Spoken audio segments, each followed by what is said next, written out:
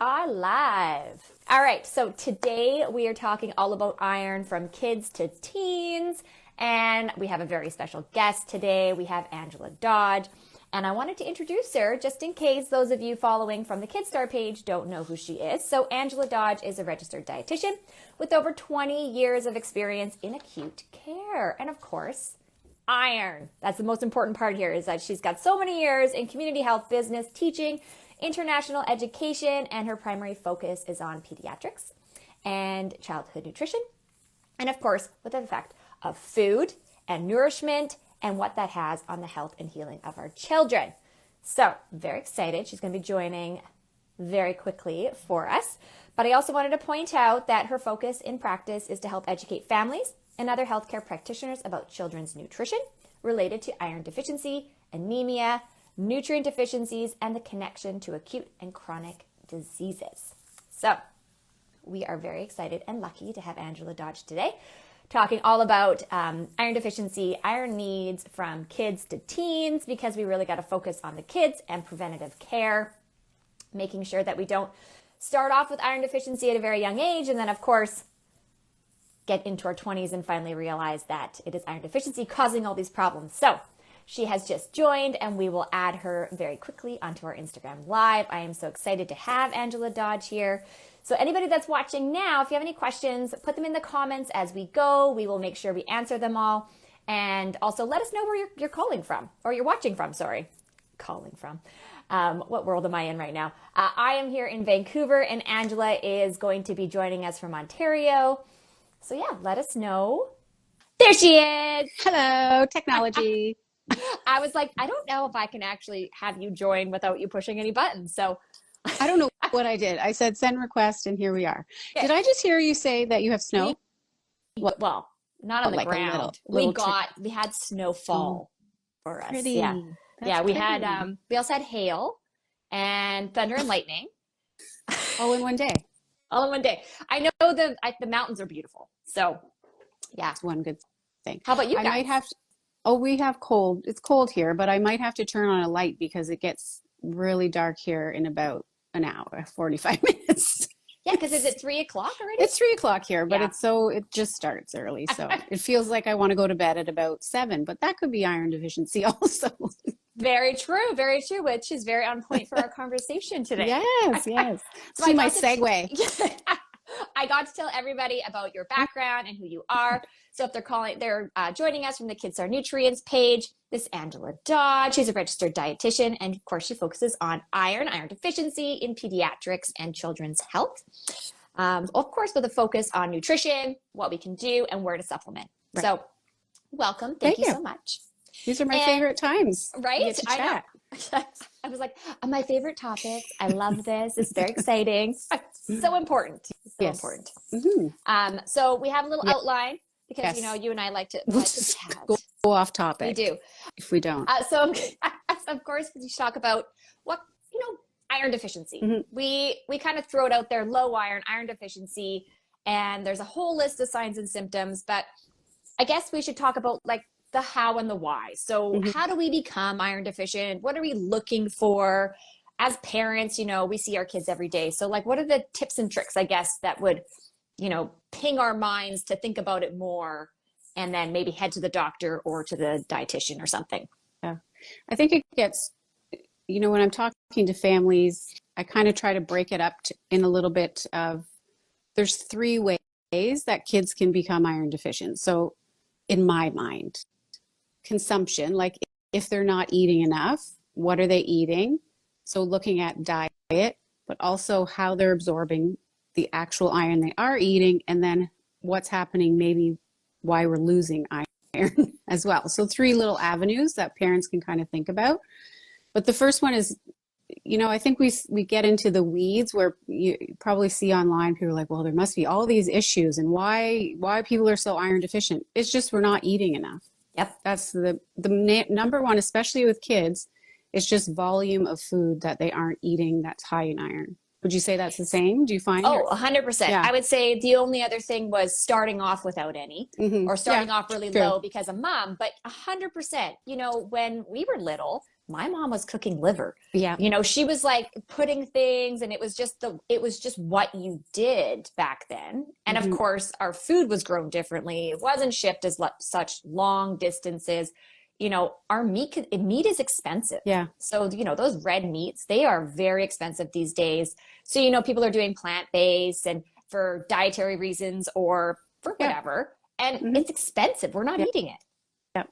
And then we're not absorbing as much from the food so you say if we're not getting meats, we know iron is plentiful in red meats. And yes, people maybe they can't afford it, they can't get it or have options to be able to eat it as much.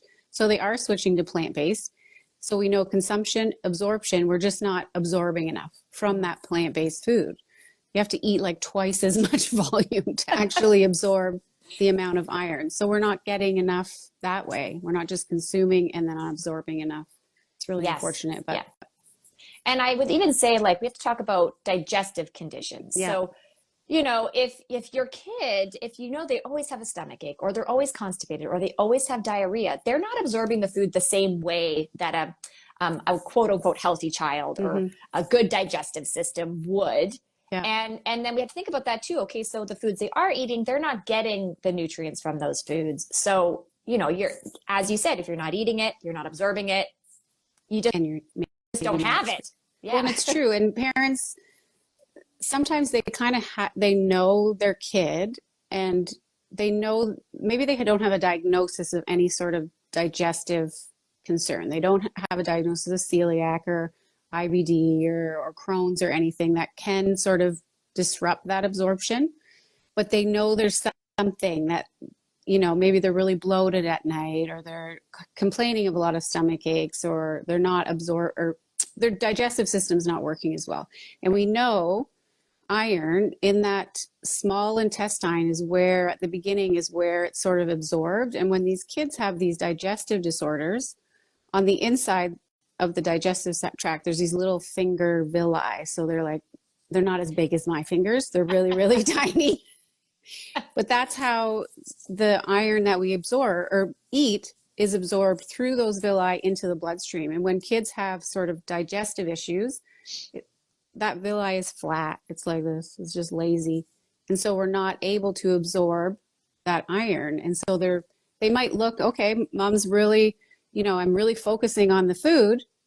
I know they're getting a lot of iron, but they're not actually absorbing that when they go through because they're having those digestive upsets. But yeah. And I know that there's, on average, you're supposed to get about 20 milligrams from iron from food every day. And the average diet is getting about 8.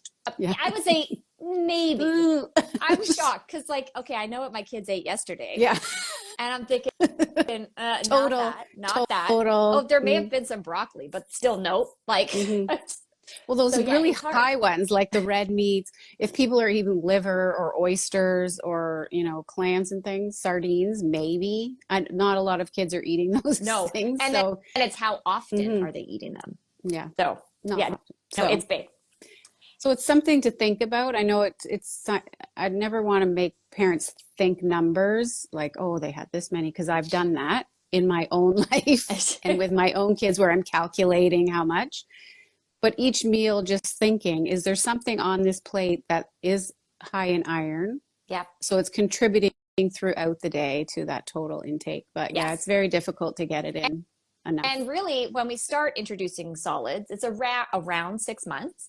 And that's because our breast milk, I guess if you're doing formula, then of course there's a steady amount of iron in the product. Yep. But for breast milk, you know, we normally only have enough stores for about 6 months. So the food we introduce at 6 months really needs to be iron rich to help support the growth of our babies. Yeah. And, you know, a lot of babies don't like it. You know, that's not the easiest thing to introduce at the beginning. So, you know, it does get compounded as you go. And as you said, if you're not eating it, it's number one thing. If you're not consuming it, where are you getting it from? Yeah.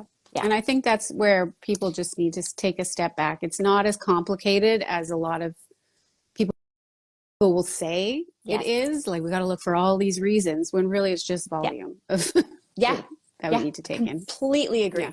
And then, of course, we have our active and growing kids and teens. They all need iron. So if we think about that baby constantly growing from in the womb to about 18 years of age-ish, Mhm. depending. You know, what kind of things would have increased iron needs through those times, you think? Growth, like Growth. those really, well, the brain, the body, muscles are growing. Everything needs iron. I'm just even thinking of my kids, like, oh, one of them's home. I can hear them coming in, but he grew 5 inches in a year. Like that amount of growth and use Yep. of nutrients in the body needs to be Yeah. replenished all the time. And when we're not doing that, you know, in babies and toddlerhood, that can cause long-term effects for sure. But as you get older, we just need to be increasing the amount that we're getting. But yeah, Oh yeah. it's Yeah. You know, and think about how often are our kids at sports during the week? yep. Like how often are you driving your kids somewhere? Like just How think often about are we how often texting each other saying, "Are you at hockey? Are you here?" Yeah. where are you today? What activity has your child Yeah. accomplished? So, you know, all that sweating, all that activity, all that exertion, it all needs extra iron. Yes, Like definitely. every single thing. You know, everyone's always talking about hydration drinks. And I keep thinking about, but what did they eat today? Like, yes, of course, they need the electrolytes. You know, if you sweat all day long, you got to make sure you're hydrated. But we should be talking about iron. We should be talking about multivitamins. We should be talking about omegas, Yes. not just hydrating them after the practice. We need to come up with some fancy drink. That's what we need with all of those in it. Is your child in sports? They need this. They need this. But yeah, so that just increased growth, energy, exertion, all of those things require, just like anything, extra protein, extra calorie, like all of those things. Protein is the darling of the nutrition world, where we're all, it's like a full-time job making sure we're always getting enough protein and we're not thinking about the same thing with iron. Yeah, no, it's true. You know, we want it, the foods we're eating, we want them to keep us full, give us the right nutrients, make sure our brain's functioning, because you get tired. You know, like if you're not eating right, your brain is just tired. You got the brain fog, you're exhausted. And with little kids and teenagers, like the mood just is completely altered because you think about an adult who's tired, who's grumpy or hangry or any of it, and you put that into a small child and then you try to deal with that child. It's not great. It's not a fun experience. No, it's not at all. I have a friend actually, he's old. It's not a kid, but he can't go past, he has to have his KidStar every day at 2:00. And now he doesn't get that like 3:00 lull. Yes. That we always feel. He's like a grown man, but it's the same in kids. He knows what's happening. We're kids. They don't know that, they need some extra iron to be able to get through that. They just kind of feel lazy and foggy and no energy, and they can't explain why. But it's true. And that's why they get so cranky, as they should. Because that's how they feel. It's exactly how they're feeling. It makes sense. I wanted to say we can't forget about our preteen girls. Yes. And our teenage girls. Because if they are low in iron, in toddlerhood and as a kid, and then they begin menstruation, it's just like, okay, now we started with an empty cup and we're just going to keep emptying it, and we're not going to feel great, and we're going to be more tired, and our mood is completely affected. So those moody teenagers might be low in iron, and we should really make sure that is not the reason for it. And it can lead into their sort of learning opportunities in school. Like they just, if you don't have that focus and that energy, you're not going to be learning well. It's all sort of a brain issue. We know, even especially, there's some studies that show that girls, if they're in toddlerhood or infancy, have iron deficiency, there's a correlation between that and their math skills as more in the adolescent phase. And sometimes math is not always, it's like girls are like, oh, why can't I get it? Like I just want to be getting these numbers. That's how my daughter is. She's like, her brothers are like, their mind just works a different way in math. And she's like really concentrates and has to focus. So there's that correlation. I probably did it to her. That's it. I didn't. It all starts with the mom. It's the mom did it. That's what. It all comes back to us, Angela. It always comes back to us. That's my mom's fault. Don't worry. Well, and you don't want to. I always feel bad when you say things like that, because then moms will be like, "Oh, what did I do? I've ruined my child forever." That's not the case. We can always bounce back. We can always start to replenish and move forward. But yeah, those teen girls, they can be losing a lot of when they're bleeding every single month, they're losing a lot of blood. So which iron is in. And we should be asking our daughters too, because sometimes kids don't want to talk about it, you know, but we as moms and parents, we have to say, well, is it heavy? How is it going? What do you need? Because we also be making sure that their cycles aren't being affected by something else, making sure that they are getting what they need to replenish, because it's going to be a long-term thing. Because even when we go to start getting pregnant in our late 20s, 30s, and 40s, if we have low iron, it becomes even harder. So we need to talk about it young, so we all know what's happening, get everybody on the right path with good iron. And that's where I think, it starts young. Well, and you have to advocate too for your kid. If you do have a daughter who is menstruating, that is when you start getting blood work. Not start, like I would like it much before that, but at that time you kind of have a reason, because some doctors won't want to poke kids for no reason. But that way, you know, my daughter's really tired, she's athletic, she's now menstruating. That's another opportunity to go to your physician and say, I'd love to just get her blood work done and see where she's at. Because you'd be surprised. Parents will be surprised at how low they actually are. Oh, 100%.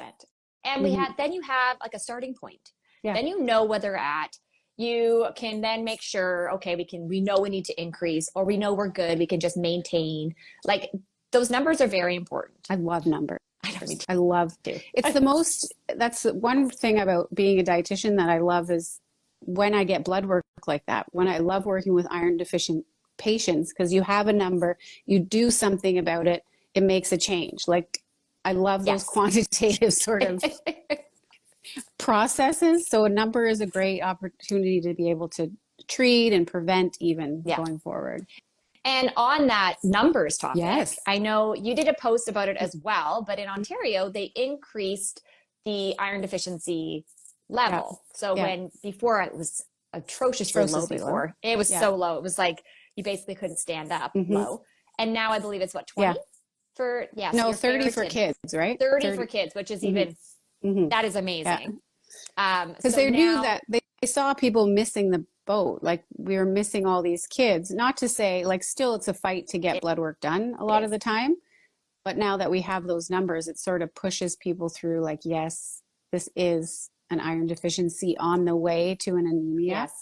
Yes. So it's good news. And I think it increased the amount of kids with iron deficiency up to 44% in that between, that was at 18 months and 48 months. So 44% of those kids that had previously been tested and told they were fine are now all iron deficient. Now it's like running backward, like we're trying to chase our tails. Those parents and those kids were complaining about signs and symptoms, and they were being told, no, it's fine, it's fine. And now they're like, see, I told you there was a problem.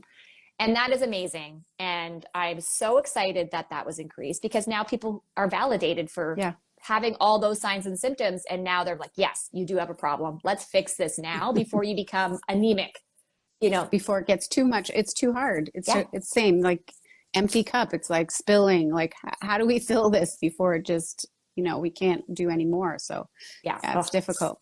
Yes. So we already talked about food, which is how hard it is. So hard. And we've talked about our levels, which is very important. We've already even talked about digest. Look at us. We're on our list. I'm very impressed with us. So I want to talk about two more things that are really important on this list. So iron testing, we've kind of touched upon it. I am a big proponent of iron testing. I think if you have signs and symptoms, or if you are looking to find out what levels you're at so that you can, you know, move ahead with more knowledge, love it. I don't find it to be traumatizing. I've taken my kids. We go to the children's hospital. I have some friends that have called the lab and just asked for someone who was really good with kids. I know BC Children's has something called Child Life Specialists. And then you can call ahead if you have a kid who is anxious or nervous, and they meet you at the door with an iPad, and they make it all really nice and pleasant. Position's really nice. So it's really nice. You get in and out of there. But I was going somewhere with this, and it was really good. I'm just thinking about it. It was so good. Okay, you're doing but iron testing. I know where I'm going now. Okay. Back in. It's been a long week. It's Tuesday. It's only Tuesday. My big thing here is that once we find out those numbers, so there's two types of iron supplementation we can do: maintenance and then therapeutic. Right. And I wanted to talk about that with you, the difference between the two, and making sure we understand, because some people are worried about iron. Yeah. And how to think about maintenance and how you don't need to be worried. You should not be worried. And this is not professional, like it's not advice that you'd get from a physician. Like if you're worried, you definitely have to talk to somebody. But in general, a maintenance dose of 5, 10, 15, 20 milligrams a day is not going to do anything harmful on a child. Like in a baby, we want them to be having 11, 12, 13 milligrams a day or more. And that's just from their infant cereal. Like, you know, we want to be getting some in there, but those doses are not. When we're working therapeutically with a child with a confirmed, they've had blood work done, they come to us and say, this is what my numbers are. A therapeutic dose is a higher dose calculated on their weight most of the time, like the younger ones, that you have to be monitored by a dietitian or a physician. But the maintenance dose you're going to get in a supplement like KidStar, it's not going to do any sort of harm. It's more of a just keeping you balanced because we know that consumption is not high. Yeah, I feel very maintenance, confident. Yes. Yeah. And it's true, because we do have people saying they're worried about iron overload or overdose. And that actually is like if you consumed an entire bottle of something. Yeah. Not the dose that you're supposed to take every day, which is why iron products and many products for children and adults have childproof lids. That is not just an iron thing. It's many products. It's many products because, you know, taking too much of anything is not good for us at one time. But yeah, your maintenance is to maintain where you're at. So if you have low iron, it's not going to increase that iron. It's going to maintain your low iron at that stage. You know, you shouldn't be dropping unless there's a different issue, but it's to maintain you. And then the therapeutic, you know, those numbers are really high. So I don't think people realize how high a therapeutic dose is. They can be anywhere from 60 milligrams to 150 milligrams, depending on the size of the child or teenager. That's a lot more iron than 10 to 15 milligrams. So I do think people should be aware of, because everyone talks about, well, iron's really dangerous, but we have to have iron. We have to, and we want to make sure, we want to validate those concerns, but it's not as dangerous as you think. In those smaller, reading the bottle, those doses, I'm looking at all of them right now. That's why I'm looking over there. Reading that, not consuming a whole bottle at a time, those are totally safe numbers. And of course, we're supposed to be eating iron in our food. So we should be aware that it is a very important mineral in our diets. And if we're not eating it, that's when we supplement, because you have to consume it somehow. So either through our food, great food choices, there's lots out there. And if we aren't, or if we need more, that's when we bring in the supplementation. Of course, that's the whole word. We supplement. So I do. But you know, there was a comment on a previous post that I had, and they were worried about child poisoning. And actually that amount is more like 300 to 600 milligrams of elemental iron at one time. And that's well above any therapeutic dose we would even give somebody. So, So, you know, I think that people should be aware of what those amounts are. It's very important to know, because if it does occur, there's, for some reason, you know, then you know who to call and what to do. But maintenance is a very daily maintenance dose. They are very safe for the general public. So that's important to know. Definitely. Yeah. Perfect. And then of course, what else? We have people who talk about supplementation all the time. And how this is the biggest one we get at trade shows is, I stopped taking my iron because I didn't like it. I was constipated and I just couldn't do it. And of course, if you don't take your supplements, they will not work. Guilty. No. It's the number one thing. I know. It's I have to have my supplements at the office so that I see them under my computer. I'm like, don't forget, I need to take these. But of course, the whole reason why we started KidStar and the BioFeed Iron line was for my own kids. And that was the reason why we needed it, because we did try all the products. My kids hated them. They didn't like the taste. They didn't like the stomach upset. I hated the ingredients. So I really wanted to focus on something that the kids would actually take without the fight. And that's why we have the the micronized, microencapsulated iron. It's coated so you don't get stomach upset. None. No constipation. None. And it tastes good. Tastes so good. Yeah. It really does taste good. It does. And that's, I know most people on here maybe have tried it already, but it's definitely working from the practitioner side of it. And with all these different practitioners that I've been talking to, they can't believe the taste Yes.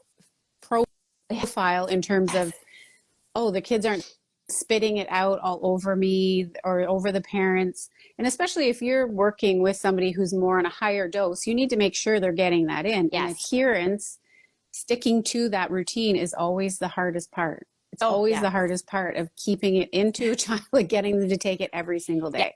Yeah. So it's just, you know, it's been I hate the word game changer. I hate that.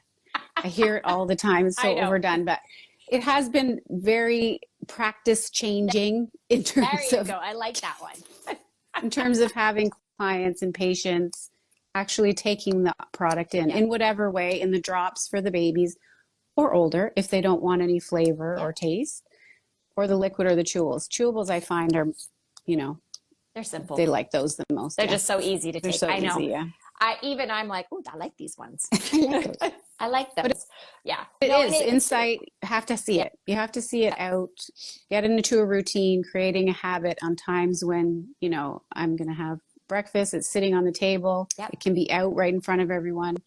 Doesn't. Oh, and talking about breakfast. Yes. And about foods. Yes. I almost forgot to bring up milk. Oh. Our favorite topic when it comes to iron deficiency. Mm-hmm. And so, yes. Oh, do you want me to talk about milk, but next week, or you can just do a teaser? Oh, okay. Yes. So milk, there are pros and cons to milk. Definitely. Too much is not always the best. So it can inhibit some iron absorption. But next week, I'm going to be having a talk. This is probably one of the, working in hospital for so long in pediatrics, I would get these weekly, these toddlers coming in super iron deficient because of milk intake. So I'm not going to spill the beans on why, because I'm going to keep the teaser, but just know that we shouldn't be taking a ton. That's because right. It does inhibit absorption, but there are also other things that happen. Yes. So that is a good teaser. I was like, oh, I can't wait for everyone to know the rest of it. Well, anybody can come if they want. Yes, they can. And then I could come on after and I could tell the whole story again. Exactly. Or the whole thing. No, but definitely it's something that you don't think about. People don't think about, because it's a healthy drink. Everyone's having their milk and going on their way. And then we just don't realize these kids are becoming more iron deficient as you go. It's true.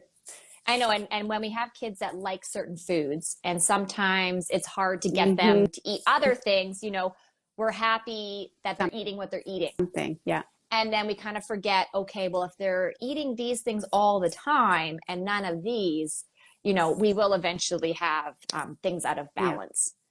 Yeah. And it's hard as a parent too. It's something they like. It's a healthy thing, healthy choice. So we'll be talking about that and how to sort of remove and step back from those copious amounts of bottles and drinks of milk that it's true. It's true. I agree. Yeah. And then, so I want to just recap all the great things we talked about today. So we talked about some signs and symptoms. We did talk about concentration, tiredness, you know, irritability. You know, one big thing is the dark under eye circles that parents kind of see more often. Pale under eyes. So like it should be bright pink in there, not pale. What are other ones that are kind of like they stand out for you on the signs and symptoms? Visibly? Yeah. Or anything like kind of like parents say it all the time, or sleep issues, really pale skin. I can see through their skin. You can kind of see the little veins and things underneath their skin.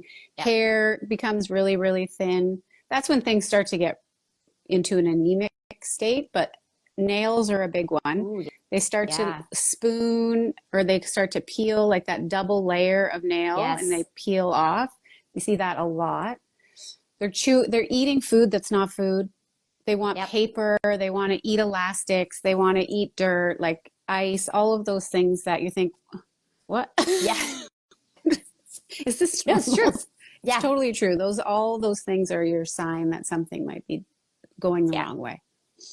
And then of course, you know, I sometimes think, like we had one point that we were told to do a food diary when my daughter was newly diagnosed. Yeah. And, you know, doing a food diary actually isn't that easy. No. But if you look at your receipt, I felt that was significantly easier to look at your grocery bill and just highlight things like, oh, yes, yes, yes, these are iron-rich foods.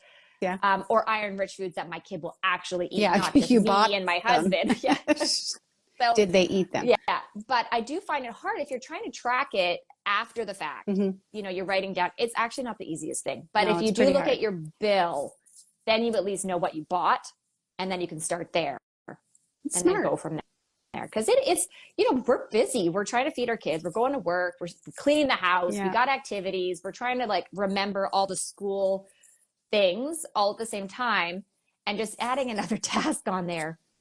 It's not going to. There are apps, there are things you can do, but yeah, it's like sitting down. Oh, what did she? I don't know what she ate today. I don't know like or what how she had much at school of or that plate. Volume. Yes. Yeah. You're like, I made the plate. I just do a backup and give a supplement. Yeah. And that's just me. And that's the thing, you know, like a maintenance, you're filling in the gaps, you're just adding to the diet, and it is giving you a little extra layer of like taking a deep breath, reassurance. You're not as stressed, you know, they are eating well, and you just, you know, add that supplement in to top it off, and you don't have to worry about it. And then if we do have those signs and symptoms, like 2 or 3 of them, we should be heading to the doctor. We need to get the blood work done so that we know how much more iron our kids need to get them back up to a good level. And that's the biggest part. We need to know how much more. We need to know those numbers. Yes, we do. Yeah, it's very important. Advocate for your child. That's really... And it sometimes starts with parents too, I have to say, where they just don't want a poke, and I get that. Yes. Like they don't want to have blood work, but the long-term effects are much more than just one little time. It's true. Oh yeah. No, we're setting our kids up for the rest of their life. And that's what we really have to think about. And that at the same time, when we're at the doctor's office, if you are worried about other things, bring them all up, because you know, you may, if you are hesitant to do blood work, and we don't want to have to go back twice, it's actually, you know, out of your day. It's not a quick 10 minutes, you know, you have to get there, park, and do it. Get them to test for as many things as you are concerned about at once. Yeah. Right? Definitely. Yeah. Vitamin D. There's many other things. But that's there are, heavy metals, all the fun things. All the things. All the things we should know about. And it is important. And, you know, if your doctor is worried about vitamin D, it will be covered under our medical. Okay. So I know that with us, ours has been free each time we've tested it. Normally, if you have signs and symptoms, it's free. It's normally you have to pay when you've requested it outside of the regulation.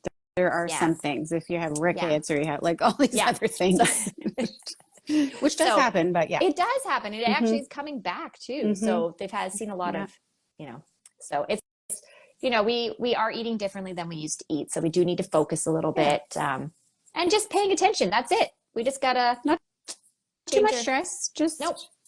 Something to think about for sure. Just add it to the list, right, Angela? To the mom list. It's just add it there. Or the dad list. Yeah. the parental responsibilities. But it, you know, we don't need to be worried about it. And it is very common. So like we shouldn't be stressed about it. It's not unique to your family. It is the #1 nutrient deficiency in the world, and also here in Canada. So, you know, it is very common, and we should be okay with making sure that we are solving it. And of course, if you haven't yet, make sure you're following Angela Dodge. What is your Instagram handle? Kids Iron Dietitian. Yeah. Look at me. I was like, what am I? I was looking at it. It's not on here right now. And then, of course, it is Kids Iron Dietitian. It's at the top there. And then make sure you follow KidStar Nutrients. And then also, if you're not following me as well, I have at This Healthy Caitlyn. And I do some different Instagram lives on that one sometimes too. So fun to follow all 3. And so thank you so much, Angela. Always enjoy talking about iron, all things iron. Yes. Today's was for kids to teens. Next time, maybe we'll do some adult women, because actually that is a whole other thing we need to be focusing on with different signs and symptoms. But it's a good one as well. Definitely. Yeah. So have a wonderful day. And can you tell it's getting dark here? And getting a little bit. Just a little bit. It's just a little bit. The lighting is slightly changing. It is winter I guess another month, right? Yeah, we got another month. Yeah. Yeah. No Yeah, problem. I do have Okay. a happy light over here that is my seasonal Oh, happy light. maybe So I need one of those. it's that time of year. It's got to be turned on. I just turn all my Christmas lights on. That makes me happy. Ooh, that makes me happy Yeah. too. Very soon. Yeah. Okay, All right. go. All right. See you soon. I'll see Have you a great soon. day, everybody. Bye, everyone. Bye.